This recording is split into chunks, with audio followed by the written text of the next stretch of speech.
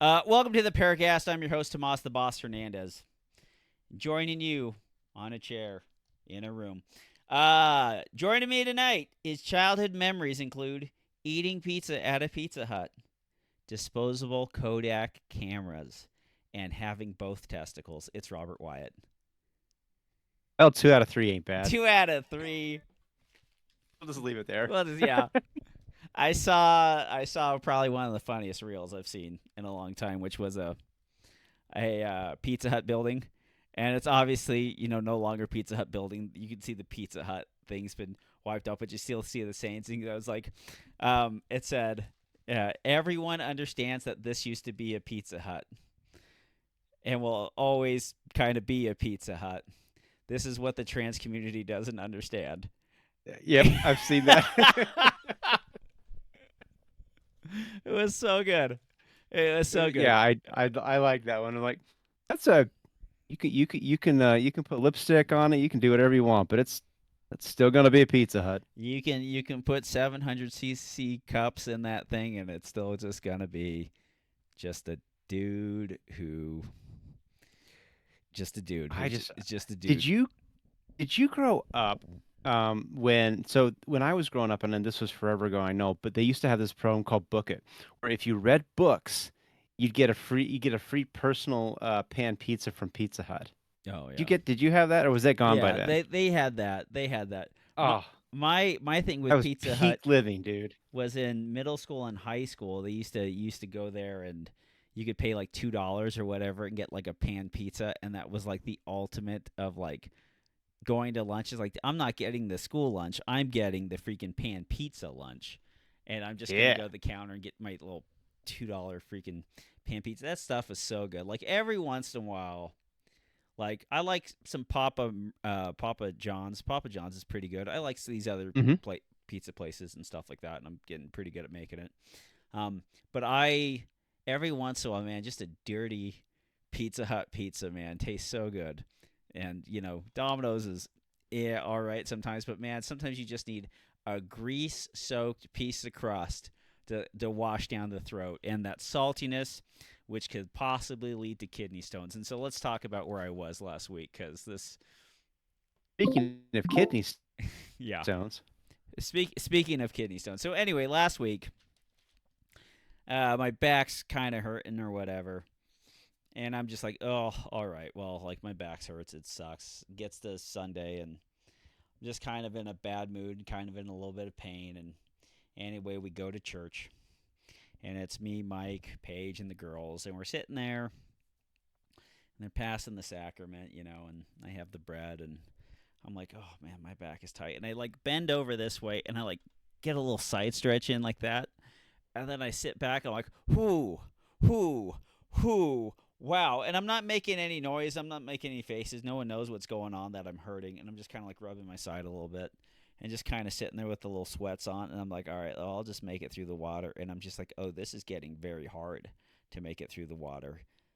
Man, this should really hurry up. Man, this really hurts.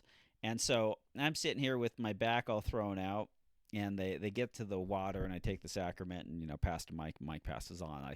And as soon as like I take it, I stand up and I walk out, and then I go to the bathroom, and I'm like, man, I feel like I gotta pee like there's no tomorrow, and like I'm in pain, and I gotta pee, and I go to pee, and I can't pee, and I'm just like, oh my gosh. So I go out of the foyer, and I'm sitting there on the soft chair. LDS churches on the side of the chapel, they have these really soft chairs in the foyer, and I'm sitting there, and I send a little text to Paige. I'm like, babe, you got to take me home. And so the doors are open, so she looks over immediately over to the left. She sees me, and I'm just like, I'm freaking dying. And she goes, all right. So she wow. gets the kids, stands up, starts walking out towards me, and I'm like, I hurt so bad. I hurt so bad. And she's like, okay, well, let's get you home. And I'm like, I think I need to go to the ER. And so she's like, Paige's a nurse, and she's like, okay. And I'm like, yeah, my back, I just tweaked over it, and I'm having like muscle spasms. I'm having like the worst spasms. And we're driving over, some speed bumps, and those aren't affecting me. So this is one of the tells that it's not your back. Because if it's your back, if you move your legs or get a Oh, bump like that, you're going to right. get shocked, right? And I'm just like, she's like, where's the pain? It goes like, well, it starts from like the center of my back and wraps around my abdomen and just terminates into my right testicle. Like this just hurts. So anyway, we get home, dismount the kids. Like you're on your own. I'm taking off my church clothes and she's grabbing me some sweats without any metal in it because she doesn't want to have to change it, if I get scanned or anything like that. And then I crawl in the car and we start driving and we go down the street. We go to the hospital. We're in the ER. And so I'm sitting there and there's like four people ahead of me in the damn line. And this line, the check into the ER is just, unless you bleed on them, there's nothing's going to happen. So I'm just sitting there and Paige is going to check me in. And I'm just like, oh my gosh, oh my gosh. And I'm just sitting there just, ugh. And this lady who's like getting like a scan for like her wrist, it's not, she's just using the ER as, I don't know, the freaking doctor's office. And then there's this guy with his foot, and his wife kind of is going ahead. And I look over to Paige, it's like, maybe it's appendicitis. Like, I don't know. And the guy kind of hears me, and he goes, babe, let this guy go ahead. Let this guy, like, my foot hurts. This guy's having a problem. We've had appendicitis before, and that's not good. And, like, let him through. And so they check me in or whatever, get me my wristband, my strap. I go in there, and I start talking to the nurse, and she goes, like, so what's happening? And I'm like, I'm in like the worst pain of my life, and it starts from here and it wraps around and goes into my right testicle. And she goes, "You're having a kidney stone." And I'm like, "I've never had a kidney stone, but I've had back problems. This sounds like a back problem." And at this point, I'm kind of hyperventilating, and my hands are getting kind of numb. So they're like, slow down your breathing. I'm like, all right, I'll slow down my breathing. And they're picking me for an IV. And I'm just like, I don't think I have a kidney stone or whatever. And she goes like, yeah. Anyways, they roll me back there, lay me down. The nurse comes in super fast. Like this was great. Like she walks out the door, and then the doctor comes right in, and he goes, "Oh, let's see." He's like, "Well, looking at what you're sitting here saying, I mean, you say it's your back, but it's not going to be your back because you're writhing in pain and you're moving your legs everywhere. And this is just 25-year doctor guy going like, and so it's not going to be your back. And roll over. So I roll over to my side. He goes, "Does it hurt right here?" And I'm like, "Yes, it hurts right there." He goes, "You're having a kidney stone." And he goes, "I'm going to get you some drugs and we're gonna get you scanned and we're gonna see how this goes." So he walks off, and like, I don't know if you've ever had a kidney stone, Robert. No, Okay, thankfully. okay, so I drink a Monster, and then I drink two big huge things of water to try and compensate. Because I've heard horror stories. yeah, like it's not great, and so like the doctor is telling me, he's like, "Oh yeah, you just probably had like the tiniest stone, just right at the opening. When you bent over and stretched, you probably just pinched your kidney a little bit, and that guy just kind of dropped down into the ureter, and so that's what's happening." And so anyway, I'm sitting here and like, have people who have had kidney stones, how crazy the pain is. Like it is the worst pain. I've smashed my back. Like that pain doesn't have. I've had searing tooth pain. Nothing like the freaking kidney stone. And like women who've had kidney stones in pregnancy are like, kidney stones way worse. So anyway, I'm sitting there. I'm facing away from Paige. She's like patting my back, and then I'm just like, oh shit, I'm gonna vomit because of pain. I'm not nauseous. I'm in so much pain I'm Oh, gonna it's vomit. that bad. It's bad. It's Dude. bad. Like Oh no. my friend Paul, because we were kind of cathartically talking about kidney stones. When he had one, he didn't know what it was, and he went straight to the ER and he went straight to the bathroom and just started vomiting. And then they were like, kidney stone. So I get up and I just vomit Doritos into the freaking trash bag. And I'm just like, then I work my way over to the sink, and Paige's like, "I'll get you some water." It's like, I just want to wash my mouth out. Like, I just want something, not Dorito vomit. Wash my face. She puts a cold compress on my head, and then the nice lady shows up, and she's just like, "All right, here we go. Here's some Toradol, a little inflammation. Here's some tramadol or whatever like that to stop the nausea. And here's that sweet, sweet dream of morphine." And it just hits and it just stabilizes me. Great. Get a CAT scan. They're like, it's all the way down your ureter. It's going to go into your bladder, and then you're going to feel fine. You'll be all right. Go home. Doctor's like, prescribe you some Percocets. And it's just like, cool, gravy, whatever. So then I go home.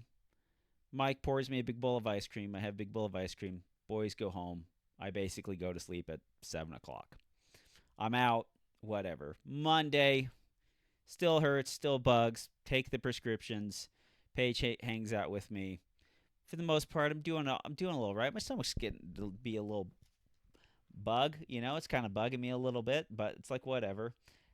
Tuesday morning, I'm like, man, I am really really full. Like I am really full. Like I hurt. Like I'm really full. And it turns out that little lovely opioid known as Percocet completely shuts down my damn digestive system. So like I am just like constipated, Oh. bloated up. Like my stomach's completely distended.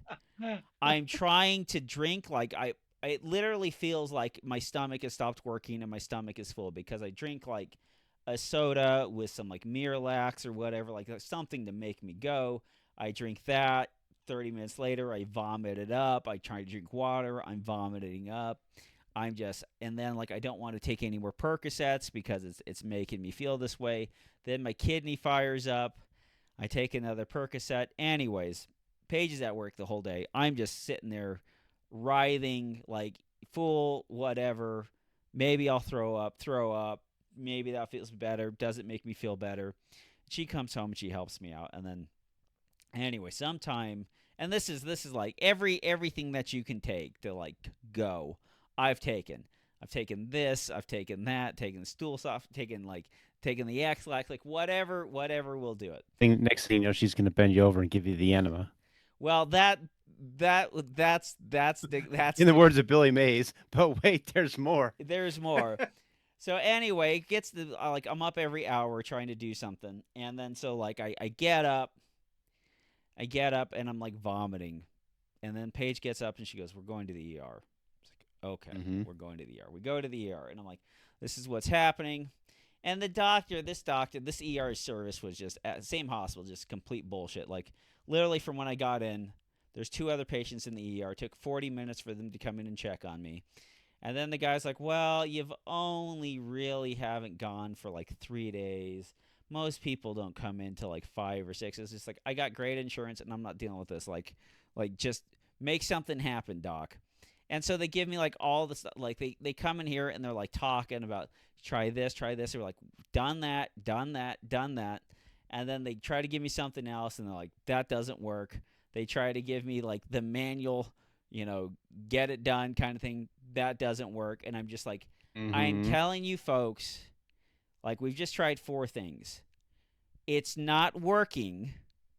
Just whatever. Just go down the through. Like this is painful. So anyway, they give me this opioid, couple of these shots. One shot for this opioid blocker that blocks the opioid receptors in your stomach. And then that didn't work. It was 2 hours and they gave me something else. But anyways, finally get some relief. Go home.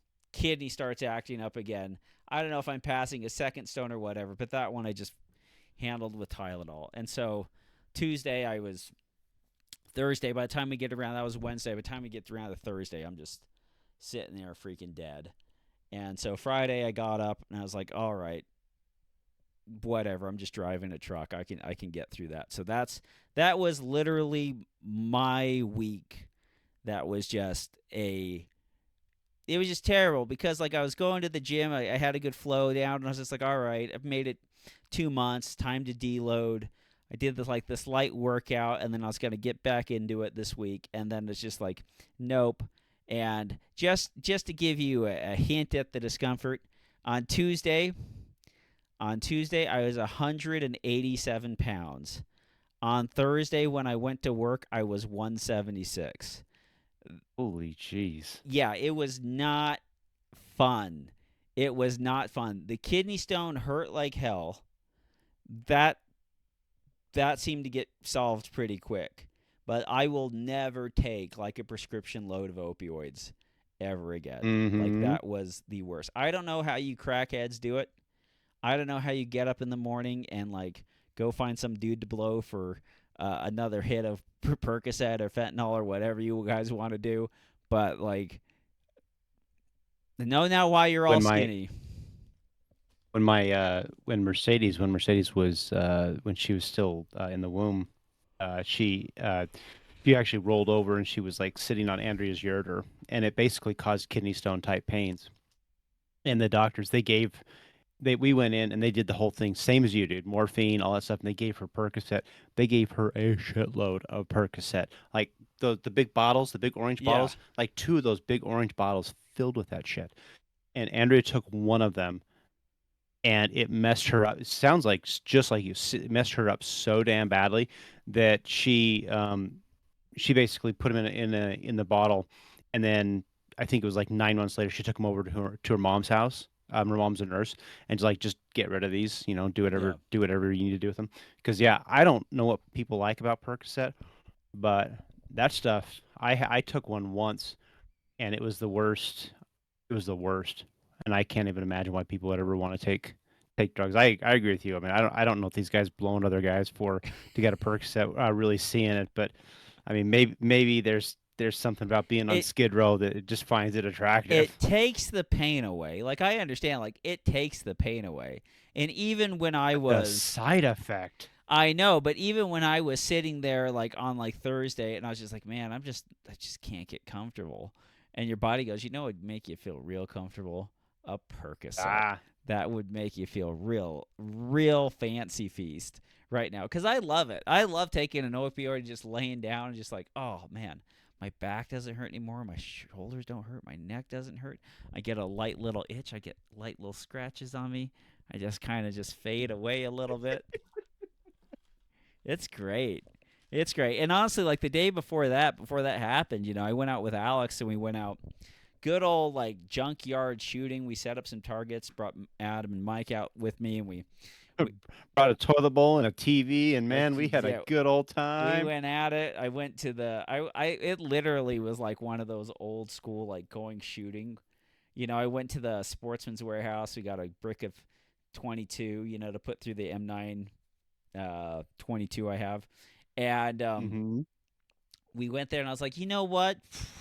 Shoot and see targets. This sounds pretty fancy. Let me get some of this. So I got some shoot and see B8s and like stamp it out there, and it was fun. Like we shot one of the test drills. You know, 10 rounds at 15 yards and 15 seconds. 10 rounds Right. at 10 yards, 10 seconds, and then 10 rounds at 5.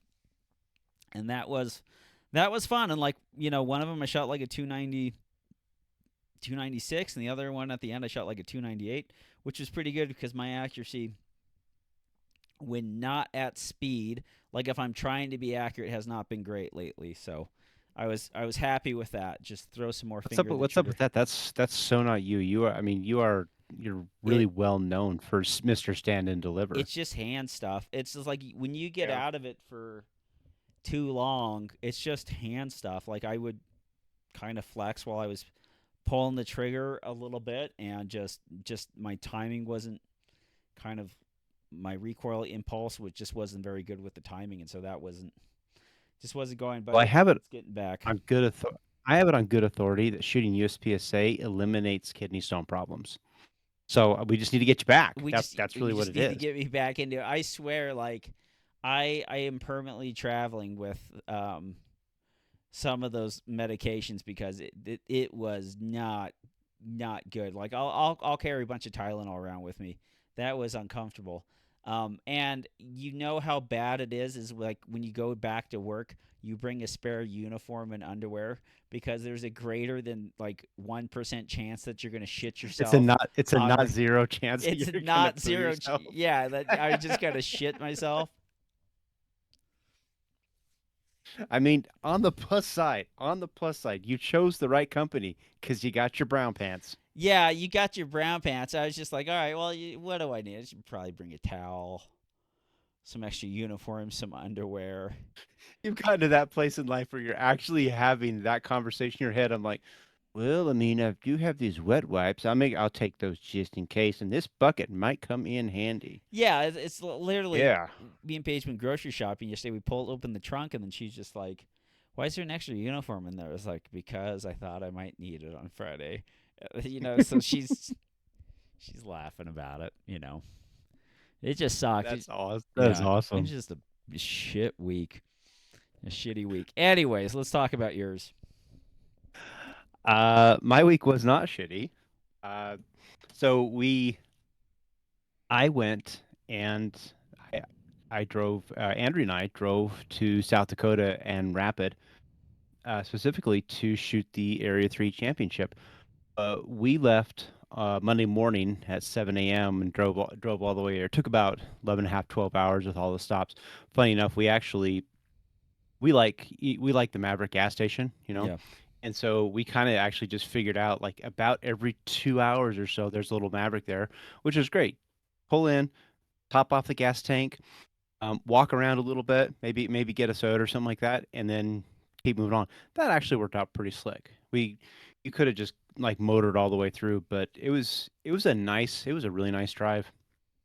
And so we got in on Monday, and then we had because we weren't shooting until Thursday and Friday. So uh, Tuesday morning we got up and we got to go see Rushmore, and I was very over the moon about that. I was really excited to be able to see that. And it's one of those places you have to go see it. If you've never been there and you've never seen it, you have to go. But once you've gone, you probably don't have to go again. What is it? It's What does it feel like? Does it feel? Is it large? Does it feel like inspiring or jaw dropping, or is it? You get there and you go like, all right. a little of both, actually.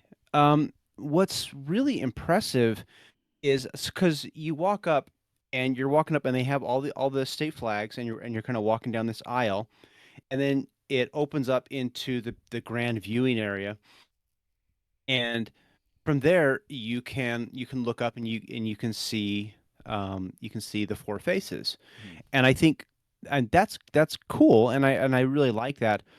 But there's what do they call it? It's like the artist trail, I think is what they call it. This little trail walk where you can walk down and you can kind of like walk the pathway around the mountain face. That's actually really cool. It has like 460 something steps you have to go to, and it says, be aware, warning. This is a strenuous trail, and I'm like, strenuous. I'm just fine. Halfway through it, and I'm like, I'm not fine. It's like this the stair climber at the gym. He's just endless It really stairs. was.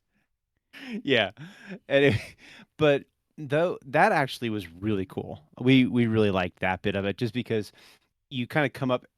Everybody has seen Rushmore from the postage card viewpoint. It's you just that's what we've all seen. We all understand it. But you get down there and you walk around, and you can kind of look up at it at different angles. It was really impressive. Once we kind of got done, they have a little museum, and there's a little ice cream store. You can get an ice cream cone if you want to. But we went through and we did that. We spent, I don't know, a couple hours doing that, and it is cool. But once we're driving away, we're like, okay, well, we did it. Yeah. It didn't have a lot of like, hey, this is something we have to come back and see again. I still think I would.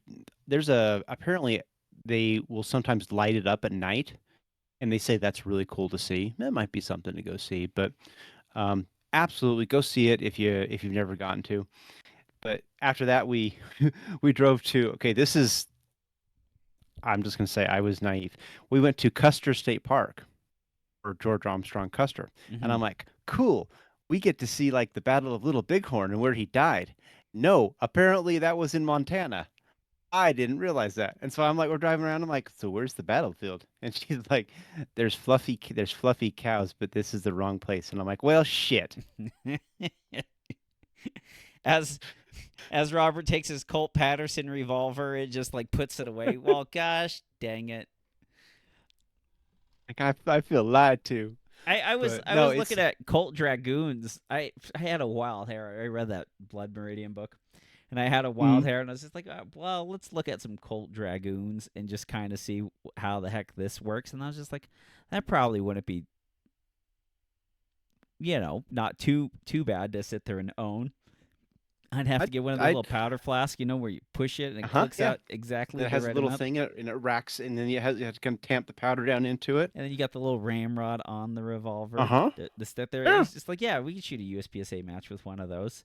What was like? Oh, that'd be awesome. It'd be I, not you for you need to anybody have else. somebody behind you that was like, handing you your New York specials. Just keep I bringing them up, I bringing think them up. I think you're allowed to carry two because every soldier that would get one would be like given, fighting Indians, they'd be given two. So you get two, and then you have to do your loading on the clock without breaking the 180.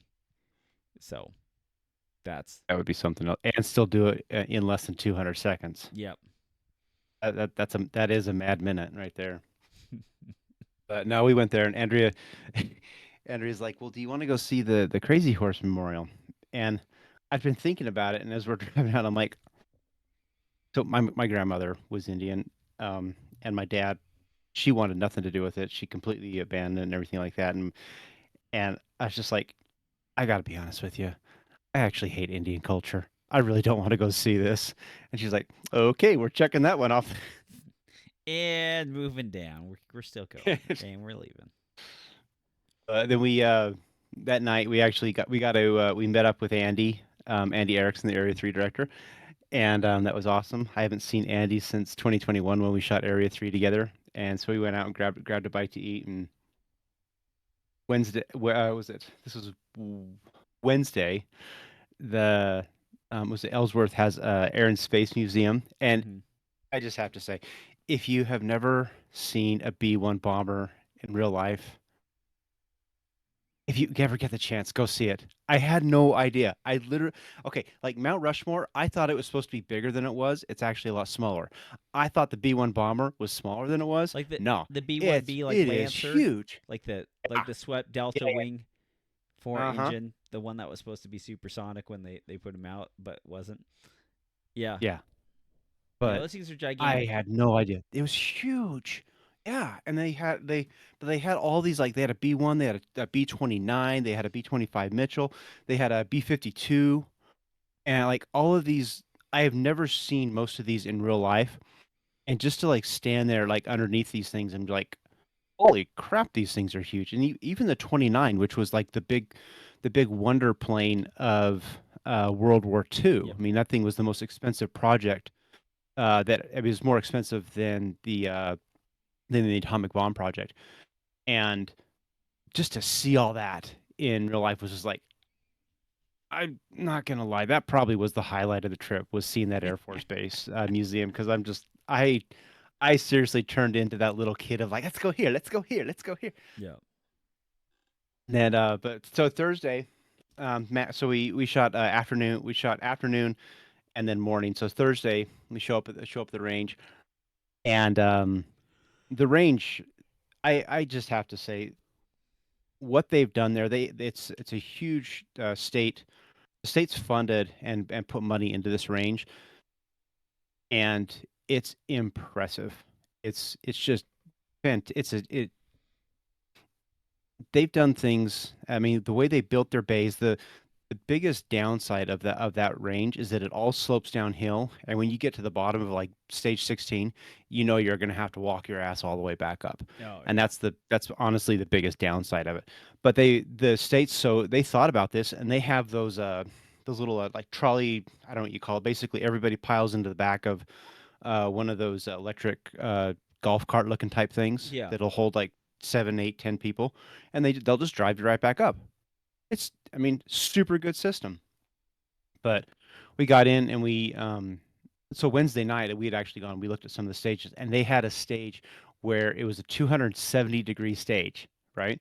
So you shoot, and you literally turn all the way around, and as you hit that last position, if you look, so like you're shooting, and all you have to do is look to your right just a little bit, and you're like, oh, there's Brian Connolly. Oh, that's going to be a really bad day if somebody decides to turn badly. Yeah. But you can see like square out of thing. And so I guess so Scott Arnberg was the range master, Andy was the match director, Bruce Schmidt was the co, and so they kind of had all this like a big powwow. And at the end they're like, how is this different from anything else. I mean, like here's the 180. Don't point the gun beyond that, and you'll be just fine. And it sounds like that actually went perfect. They didn't have any problems with that. But so we shot that. So we started shooting on Thursday, and I was on. This is kind of the funny thing. Every time you go shoot these big major matches, you're always in that world of like you see the people posted.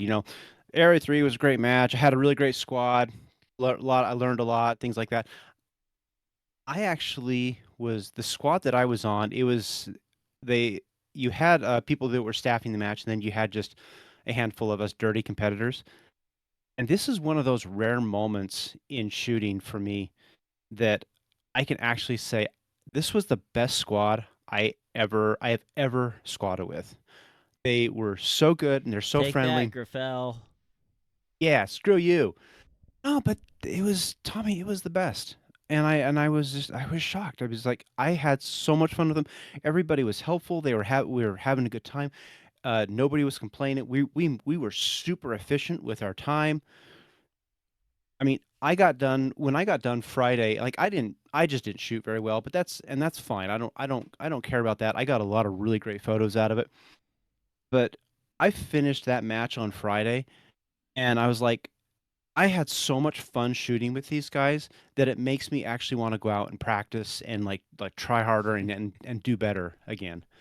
Because It it just make reminded me how much like fun like Jack it actually can Nicholson be. sitting across from Helen Hunt. You make me want to be a better man, and Yeah. that's the compliment. Thanks, squad. Oh, it was it was the best. It was awesome. I really enjoyed shooting with them. But the so we shot everything on the first day and that was fun. The second day, we got there at 7:30 in the morning and we had to start on that 270-degree bay. And so my feelings on shooting occluded. I've tried it. It hasn't worked. Yeah, But this is the first stage. The sun was coming up, and there is no way you could have shot that stage without something over that.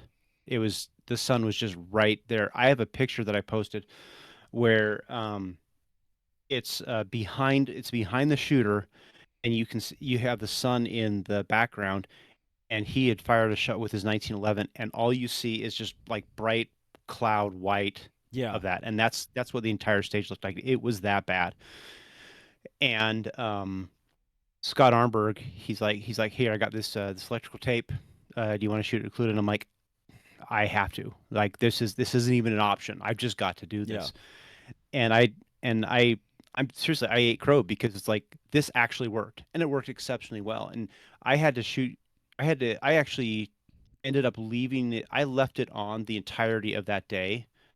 I probably could have taken it off for the last stage, but by then I was just like, I've become accustomed to it, and it does work. I mean, like Andy's talked about this a lot. Is like it's kind of almost like a cheat code, but to his credit, it does actually work. I mean, when you're actually sitting there paying attention to the target, um, you do feel like you're shooting slower. And to be fair, I do shoot slow, but it it's a it's an effective thing when you need it to work. And I It have to say, I was impressed enough that I told Andy, and then I got on, was it Stonebridge Gunworks, and I'm like, I'm just gonna buy one of these like the trainer things because that's what some of the people on yeah. my squad had, and I'll just keep it in my bag, and when I need it, I need it.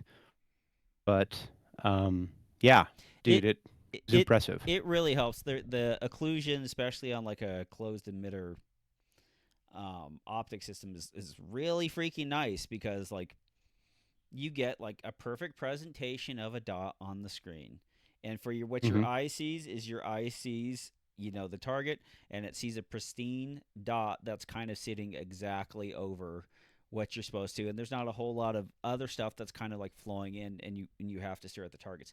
I mean, it's for a lot of people, unless you're one of those rare people who can't, your eyes just don't line it up correctly. I mean, it's a fantastic technique.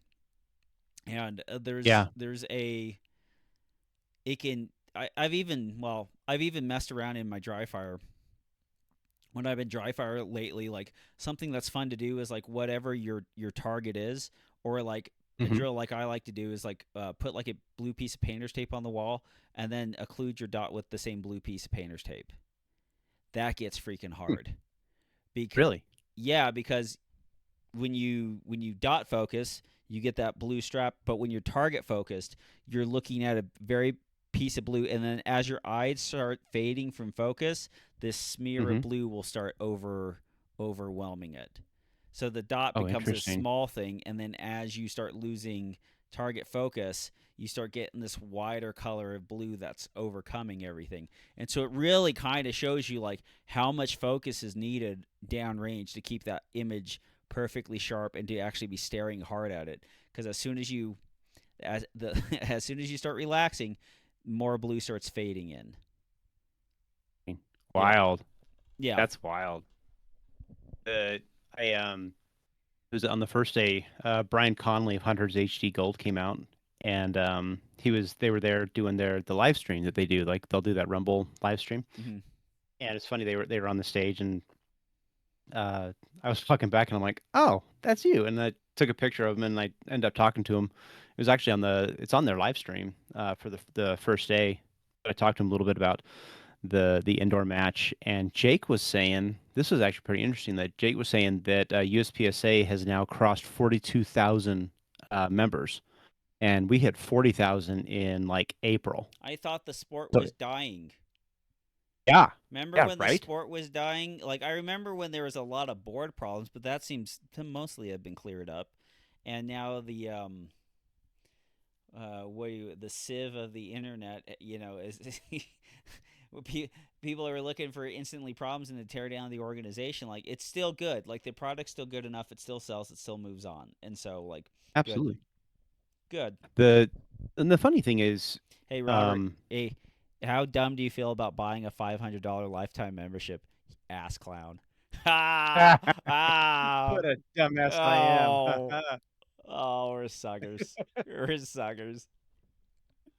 The So do you know what the average age for a USPSA shooter is? So can't be too young because you don't have enough money. It's going to be probably 34 to 40. You are very, very close.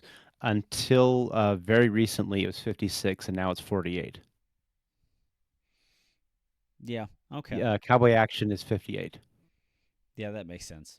So That it's still a very, very old sport. But we've had so many young folks who've come in, and they've just shifted the demographic down that it's I mean that's just what we're seeing, and you certainly see it at the matches.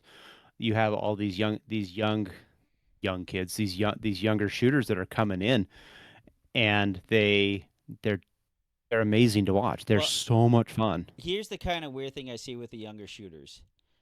Less of them are married. Less of them own a home. Like some of these things, like these two major things have become like so elusive and far away. Like, Hmm. where's somebody going to come up with $500,000 for a townhouse out in Right, Salt Lake or right. something like that? Like the housing costs and everything's gone, so they're just like, well, I'm just going to rent and have fun. And so that's kind of what they're doing. So That's such a weird thing to me because like when I was growing up, I mean like the hallmark of you've made it in life is when you get your first house. yeah, That's like yeah, like oh, we've now got a piece of that American dream kind of thing. But no, it was really dude, it was fun. I mean, as far as a match just to end the season on, the stages were great.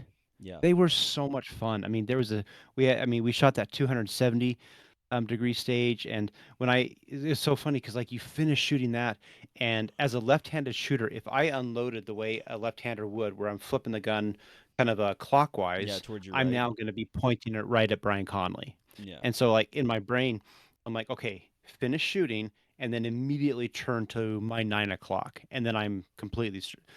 But everybody else seemed to be doing just fine. We had this awesome stage. I can't remember exactly what it's called, but I think it was called Pam's Purple Door, which was a throwback to this brothel in Deadwood where there was this lady who she had a brothel, and she it was a big painted purple door, and eventually the FBI raided it and they took the door and they put it in their offices. But you on the stage, you pick up the gun, you do some shooting stuff, then you throw this door open, and there's two drop turns and an open target, and so you have to shoot this stuff. It's fantastic. It was super fun. There was a ton of just short courses, 8 round short courses where you jump on two stomp boxes, and then a clamshell opens up, and then a starts going, and you just shoot everything once. Lots of just things and fun variety of just fun, clever little stages that were just really enjoyable. And then you had Bruce Schmidt. They made a decision to because they could choose any color of wall they wanted, Yeah. but what they did, which was just it was just visually gorgeous, and it made the match just so much better. They chose to paint all of their walls yellow with blue netting. And you're like, oh, it doesn't really matter. Yeah, in the scheme of things, it probably doesn't matter. But when you showed up to those stages and you saw the bright, colorful walls and the stages, they looked so professional. You couldn't have asked for anything more. It was Yeah. absolutely gorgeous. And I'm just like, and I sent a message to like all of our local match directors in our Facebook groups and stuff like that. And I'm like, this is what we need to be doing. Black walls suck. Black walls are boring. I mean, from my perspective, like taking pictures, black walls are the worst color you could use because we all shoot black colored guns and the gun just goes away. It's hard to Yeah. get contrast between the two of them. And I mean, some of them are like, yeah, it's not a bad idea. Some of them are like, no, I like black. And it's like, well, yeah, but you're an old FBI agent, so nobody cares what you think. But it was fantastic. We actually this is really funny to me because South Dakota is known for the wind, and the the 2 days that we shot as staff competitor, it was fine. The weather was perfect. It was gorgeous. Maybe have a light breeze or something like that. Yeah. As soon as we stopped shooting, like we finished shooting about 11 o'clock on Friday. As soon as we stopped shooting, the wind came up, and it was like Dorothy in Kansas kind of thing. Yeah. It was just Yeah. howling wind, and all the effort that they went in to try and actually get everything to work. They were having to popper calibrations, and targets weren't activating correctly, and they had to work through it. And it sounds like they did. They did the best they could with what they got. What I want to do is I know Dan Long listens to this. What I want to do is actually have Dan get in contact with Bruce Schmidt because Hurricane like Sups. I mean that's down in Hurricane, Utah, and I'm convinced the name Hurricane was because of the wind. But Sups has gone through all of these wind problems that they're dealing with at the South Dakota range, and I bet the two of them could exchange notes and figure out some really good practices on how to kind of windproof their stages and stuff like that. Yeah. No, that'd be cool. But yeah, No and one. then you saw area there was a 320 that went off that ND'd in somebody's I holster. did Andy not. actually posted Oh, really? At the match? at the match, and Andy posted it to his Instagram page, and the ROs and everybody said that the person's finger was not on the trigger. They put it in their holster, safe as safe could be, and the gun discharged, and it impacted the ground between the shooter's right foot and the RO's left foot. Didn't touch the gun, didn't do Just nothing on the make ready. squibbly So did the make ready. on Put the the and their hand was yeah. so is it fully in the holster? So their fingers not their hand's still on the hmm gun. I think they took their hand off the gun and the gun was off. I'd have to pull it back up, but yeah, sure Gosh. enough, that's what happened. Isn't that crazy though? Yeah, that's I mean, who would ridiculous. who would have thunk that you would see a 320 that would go off all on its own? I mean, I just never would have seen that No seen that one. happen. I wonder why ranges banned them.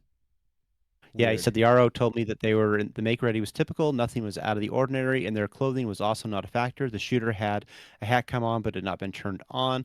There's no video. The holster was a Weber Tactical made for a 320, and the shooter was DQ'd, which I don't think they should have been No, DQ'd for that, but I can understand why they your would. equipment goes off.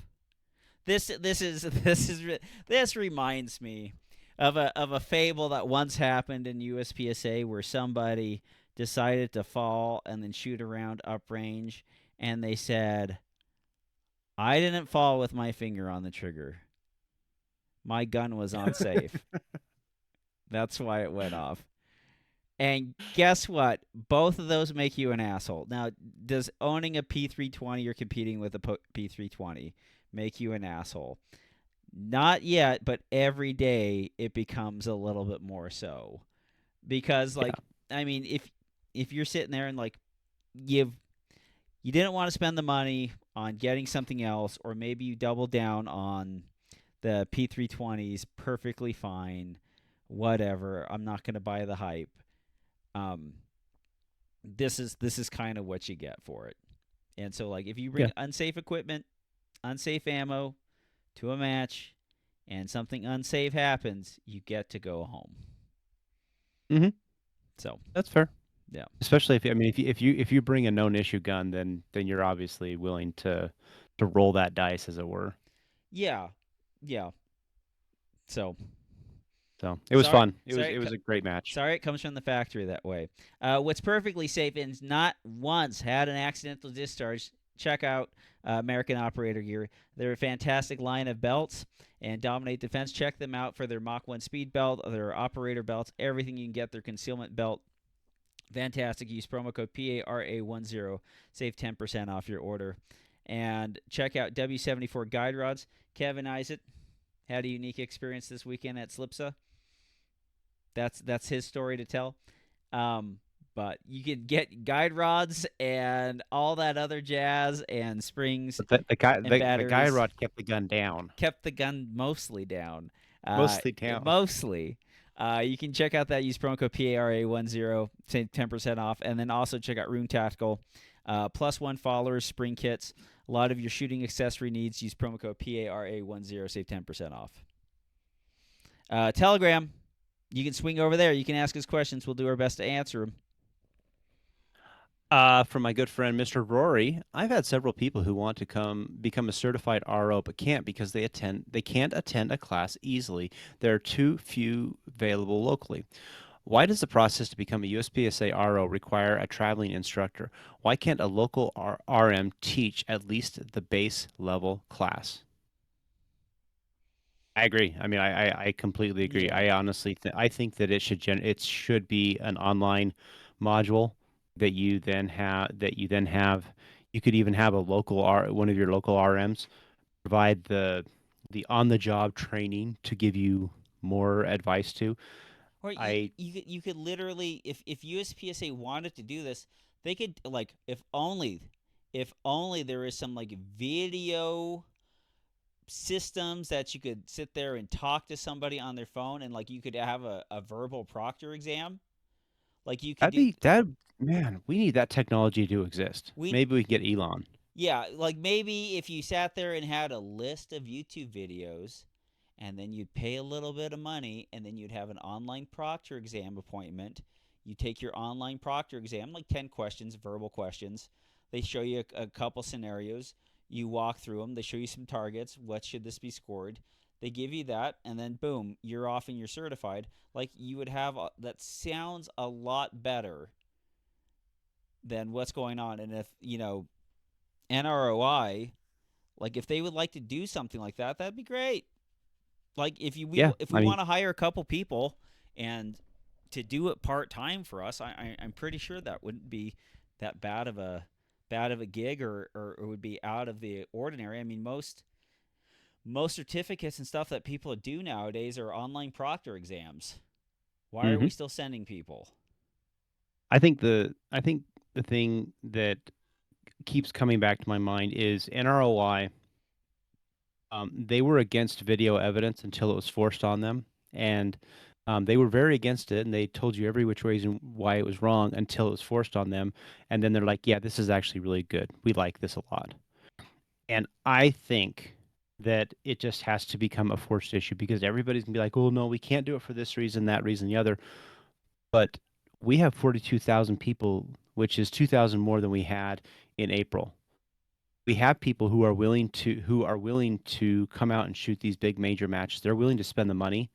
Why is the single biggest gatekeeper to having an RO somebody that has to travel around and teach a class because right now even NROI says, like their RMIs they're being run ragged and the classes are booked up for ever and ever.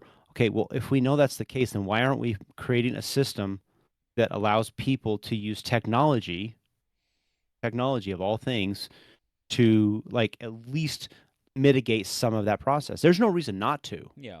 other than you just want you have a system like as most generously as possible. You have a system that works, right? In construction, we deal with this all the time. We have a system that we know works, and every single like 2, 3 times a month, we'll have somebody come in that says, "Hey, I've got this new product. It's really cool." And you're like, "Cool, I like your idea. What have you done it on?" And they'll be like, "You'll be the first." And we'll be like, "Thank you. Come again some other day." Yeah. Because everybody likes the technology, but nobody wants to be the first person. But at the same time, somebody does have to be the first. And we've actually shown that these online training modules do work. I mean, Fortune 500 companies have very clearly demonstrated the value of them. I'm sure if these companies that make millions and billions of dollars can make it work, that this little simple idea of USPSA, we could probably make it work too. There's no reason not to. Now you'll have people that'll say, well, they'll come up with all these reasons. Oh, you get stuff in the in-person class that you don't get in like on online training. That's absolutely true. Like the last ROs that Slipsa had come through, the RMI told the shooters that if a revolver was unloaded, they could point it up range. That's some tremendously valuable thing to actually tell a shooter or a potential RO. Yeah. Obviously, the RMI was wrong. They misquoted it. We get that, Yeah. right?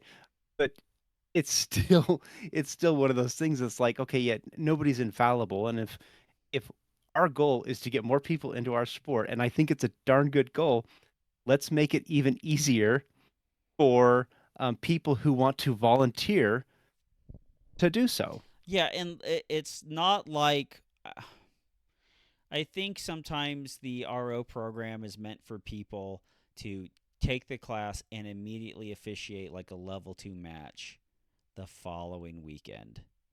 And Yeah. for the vast majority of ROs, that's not going to happen. They're going to officiate 6, 7 local matches before they probably get to their state match or their level 2 match that they're actually going to work. And so like And I there's a little bit of like leeway fudge factor kind of thing that go along, like an online training program, maybe not even a proctor exam. Maybe you just like, here's a certified RO. He's going to be on your squad. You're going to make all the calls as you would be. Like, you're going to do all the scoring and you're going to make all the calls. And then, like, he's going to, like, say, okay, you did this great. You did that great. You did this great. This counts as a pass. You get 3 passes on local matches. Congratulations. Here's your RO certificate. And I mean, like Rory, who asked the question. I mean, he comes out and he's a tremendously good RO.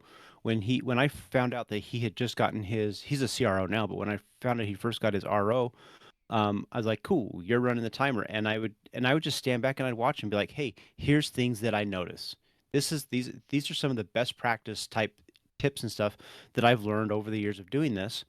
And Rory he's a great human being, and so he took those and he absorbed them, and he's a great RO. And I think there's a lot of value of assigning people an RO and the ROs can identify themselves. They can say, "Hey, I'd be willing to spend time with the new ROs or RO candidates and just be aware of it and just teach them the best tips and tricks." Because fundamentally, that's how we keep our sport fresh. Is we have the old hats, the veterans teaching the new guys, and that's more valuable to me than sitting in a stuffy classroom eating Little Caesars pizza on a Saturday and a Sunday. Yeah. Doing something that had to be done that way in 2011 and doesn't have to be done that way now. Yeah. Yeah. From JB, still shooting Area 3 today and still performing terrible. The wind was rough yesterday afternoon. The morning is nice. Stages are good. Ranges, facilities are awesome. Stage 3 was interesting. It felt a little awkward knowing I was breaking the 180. Dude, I think a lot of people probably felt the same way. But then you go and you actually shoot the stage and you're like, if you have the bay that can support it, it's freaking awesome. We Yeah. had that at the farm. You Yep, remember we that? did. Like, We had some IDPA oh, stages that were, 280 degrees, 300 yeah, degrees. it's a hoot. It's stuff you don't usually see. And I love the fact that you had Bruce Schmidt, who, because that stage was his baby, and he's like, they did this at Multi-Gun Nationals. Why can't we do it here? And I love it when USPSA stages kind of just push ourselves outside the realm of what is normal and Yeah. expected.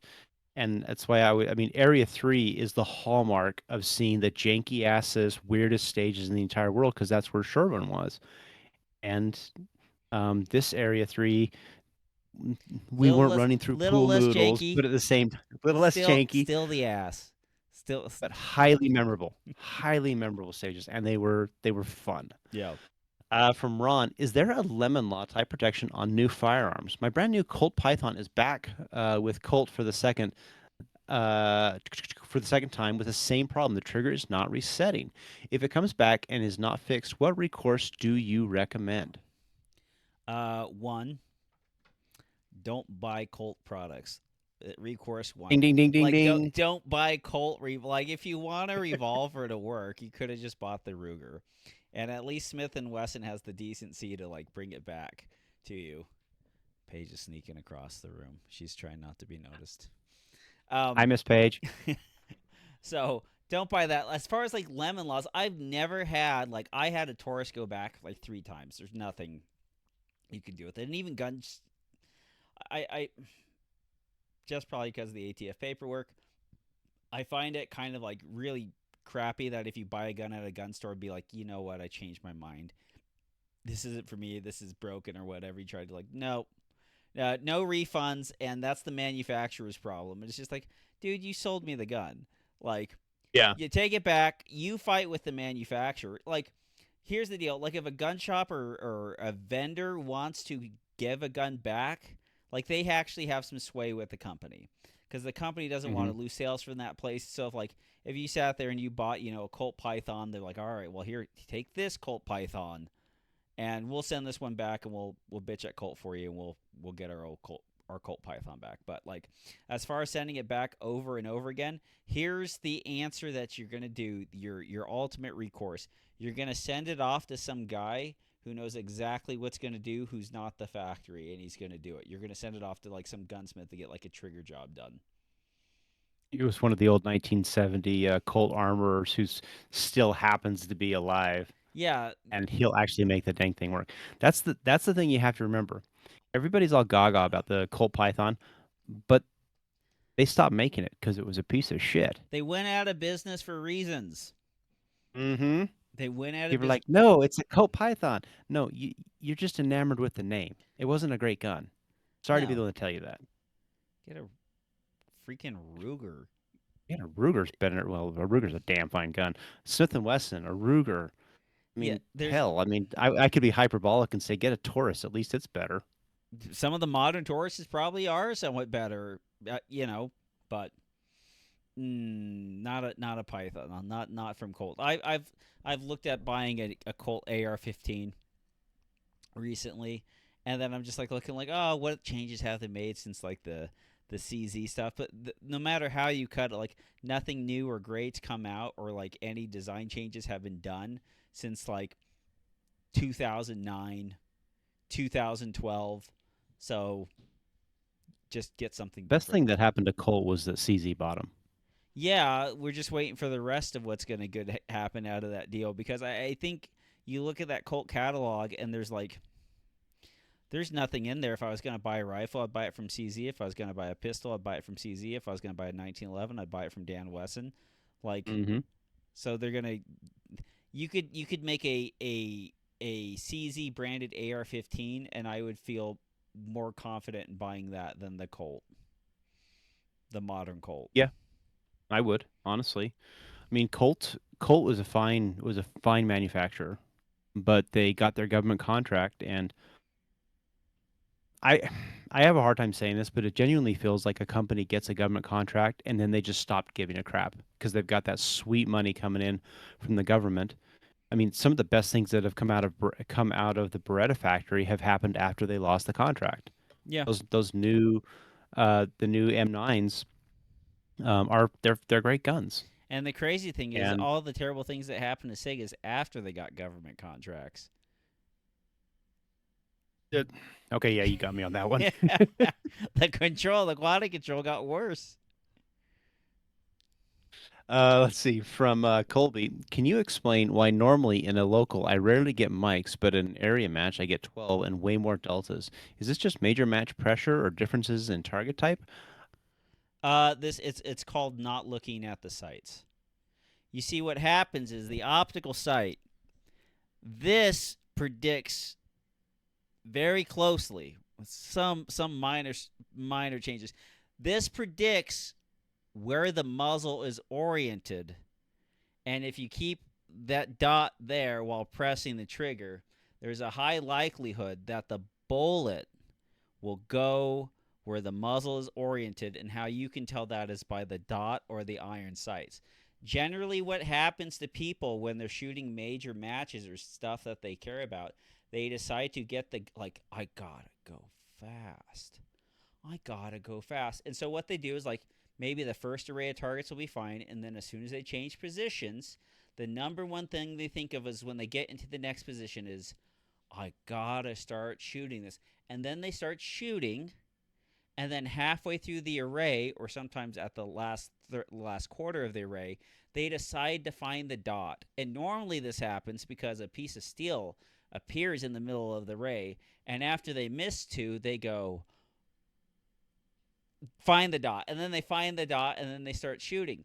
But what happened was they were just as shitty as a shooter before they found the dot on the piece of steel. And then they reload, and then they go to the next one, and they're like, I just effed up and threw like 3 makeups. The only answer is to go faster, and this is what happens. The only way to not have deltas and mics in major matches is to put the dot on where you would like to shoot first. Now, I'm going to say this. You're going to come into some positions, and they're going to have like a port, and like 3 feet away are going to be some 2 low down slant targets at a 45-degree angle. And I'm telling you, during major matches, see the dot, shoot the gun, return the dot, transition over, and then shoot the other one with 2 aim shots as well. Do that fast. I'm just saying, see the dot first. And once you have the mindset of staying behind the gun and seeing the dot and shooting, you will gather more points. Because if you cannot be 5% faster than everybody, it'd be highly advantageous not to lose 15% of the fucking points. And that's... So you're saying that's what I've been doing wrong this whole time. That's Damn it. it's... I think I had this conversation with Andy. It's just like, Andy, every time you grab the gun or get into a new position, find the dot. Baby, it's going to go a lot better. And like, he's just like, man, my match went great after that. Like, I was really struggling. You know, it was a cop match, and he's just like, I just want to do good. Everyone's here, you know. I just want to do, and it's just like that kind of stuff. Like, man, I got to do well. I got to do well. And it's just like, you're not going to do any better. But I can tell you what, you're going to do better with the sights than without them. It is interesting. Everything you said. I mean, everything you said. That is literally the answer. It literally is. It doesn't matter whether your local matches are just they're just dorkfish matches and they don't actually do any kind of preparation for things that you would see at a major match. And so when you show up at a major match, you're exposed to targets that you've in many cases have only seen once or twice in a year or something like that. Well, if the Like targets was Slipsa is notorious for that. if the targets were little triangles, or what if they were little ducks or little sheeps or little rams? Or what if they were... No. Okay, those things suck, Tommy. I don't care who you are. Yeah. And you with your Beretta and those Trijicon 12-inch HD wide gigantic sights. sights, yeah. I mean, those things sucked. like, I don't care what I tell you what the target is, or how the target's going to be presented, or if it's going to be a drop turn or what. What if it's a drop turner and then instead of an A zone, it's a shoot and see? What are you going to do now? It's just like, what are you going to do now? I'm going to shoot and see. What are you going to do now, tough guy? It's just like, no one cares. No one cares what the with like Yeah. it's a type of stripe. It's a type. No, it's not. Like it doesn't matter. The reason why the bullets didn't go there is like it could be a equipment problem. Most likely not, but because the dot isn't there. This is another deal about shooting occluded. Occluded makes it so you look at the target and see the dot. Because here's the funny thing, when you put tape over the dot and then you don't find the dot at the target, you don't start shooting through the glass because you go like me no dot, and then you realign the dot, and then you start shooting because the non-presence of the dot, the absence of the dot, makes it so you feel like this is very, very sketch and I should not do this. But when you have This is counterintuitive to my entire shooting career, Tommy. when you have like a big piece of glass, like when you have an SRO or something like that, what happens is when you're on there and you're looking through that clear piece of glass, when you see sometimes a flash of red around the periphery of the optic, it gives you the false illusion that the dot is closer, and you're just gonna like wing it kind of closer in, like, oh, it's just the red. There's like a splash of little red at the bottom of the dot. So it's just like I'm just gonna like hold a little higher, and then I'm gonna start shooting.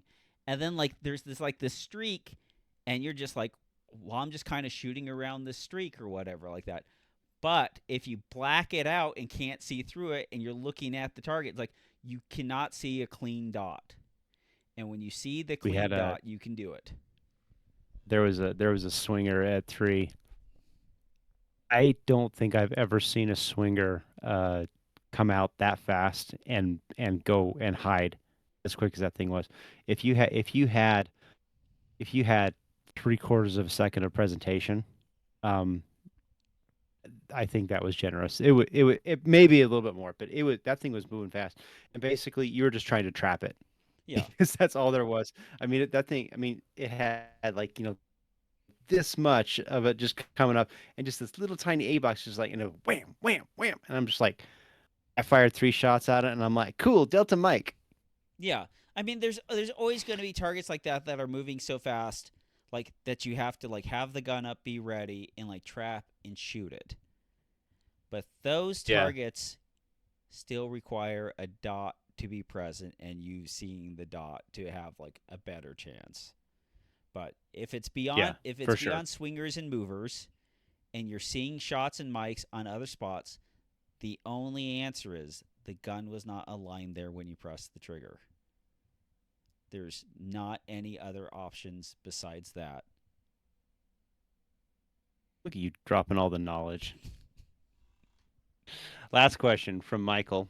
Should all area matches be counted as classifiers, regardless of GM performance? I can understand hesitation on level twos, but area matches seem like they shouldn't be hamstrung when an M outperforms their class.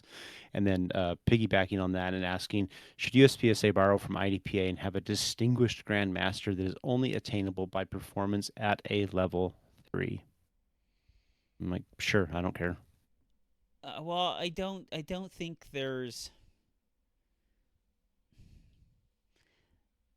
the distinguished GM. I mean, the distinguished master was there because the floor for master was so low, and the performance between Was that national because was national. that because IDPA went and changed their, because they did that 5x5 classifier, and then it Well, basically just threw everybody in the master. Was that what distinguished when master that was happened? before that, but like on the 90 shot Mm. classifier, the times for making like a decent shooter that could shoot a master classifier might shoot it in 90 seconds. And Yeah, then there was guys who could shoot it in 68 seconds. Okay. There are people who are shooting 100% GM runs on classifiers. There's not somebody shooting it 40% faster than they are. So right. the skill set is not as wide on that top end, and that's what IDPA had because they had, in my opinion, they had times in which the board of directors got to shoot and classify themselves as master. It's like, here's the 6 of us, 7 of us, 8 of us. We can all shoot it in about this time. We're all fantastic. This must be the master rank. And then there was real people who were really, really good and could shoot it faster. And they're like, well, what do? We cannot like reclassify everybody. So now we have to have a distinguished master for like the real sharks to go out there Interesting. and do that. And the classification system in USPSA does not allow for that big of a disparity. I mean, there's old disparities from people who got their GM cards 20 years ago, but there's not that big of a difference now. And as far as I don't know, the I just individual, remember when I finally hit master in IDPA and I thought I was hot shit. And then you come over to USPSA and you're like, yeah, you're a high B. Like, oh, yeah, okay. Okay. Yeah, they are that much better. yeah, the And pace of and the I- game and is that much different. yeah, But that is interesting. I didn't know when that actually showed up. but as far as the classifications, as far as area matches and stuff, like the one thing I find is kind of difficult about that is how much people's match performance fluctuates in USPSA.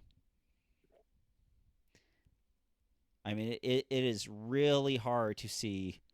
It's consistent to see the same, like, you take super squad level shooter, track him over 5 years. He's going to be like, first to 30th in a bunch of Right. matches.